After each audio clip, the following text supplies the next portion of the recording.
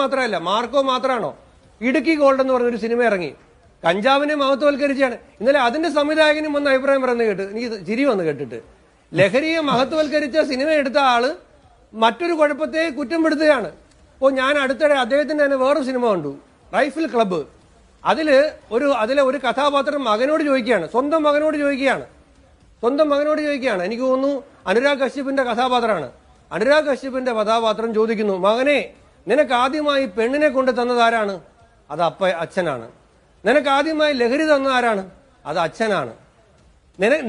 നിനക്ക് ആദ്യമായിട്ട് നിനക്ക് അനുഭവിക്കാൻ പെണ്ണിനെ കൊണ്ട് തന്നത് ആരാണ് മോനെ? അത് അച്ഛനാണെന്ന് പറയുന്ന ഒരു സീനുണ്ട് അതിനകത്ത്.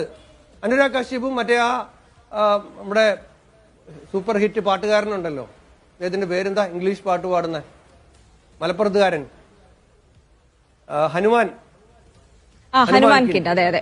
അപ്പൊ ഇത് ഒരുപാട് തിയേറ്ററിൽ ആഘോഷിച്ച, പിന്നീട് ഹനുമാൻ കിൻഡ് ഇൻസ്റ്റയിലൊക്കെ ഷെയർ ചെയ്ത സീനാണ്, ഒരുപാട് ആളുകൾ കണ്ട സീനാണ്.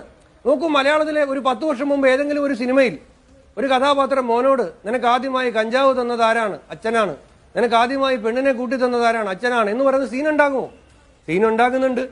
എന്നിട്ട് അതിന്റെ സംവിധായകരും എന്ന് പറയുന്നത് ഇത് വലിയ ആപത്താണ്, അപകടമാണ്, നമുക്ക് ഒരുമിച്ച് നേരിടണമെന്നൊക്കെയാണ്. ഇതൊക്കെയാണ് പ്രഹസനമായി വരുന്നത്. അപ്പൊ അതുകൊണ്ട്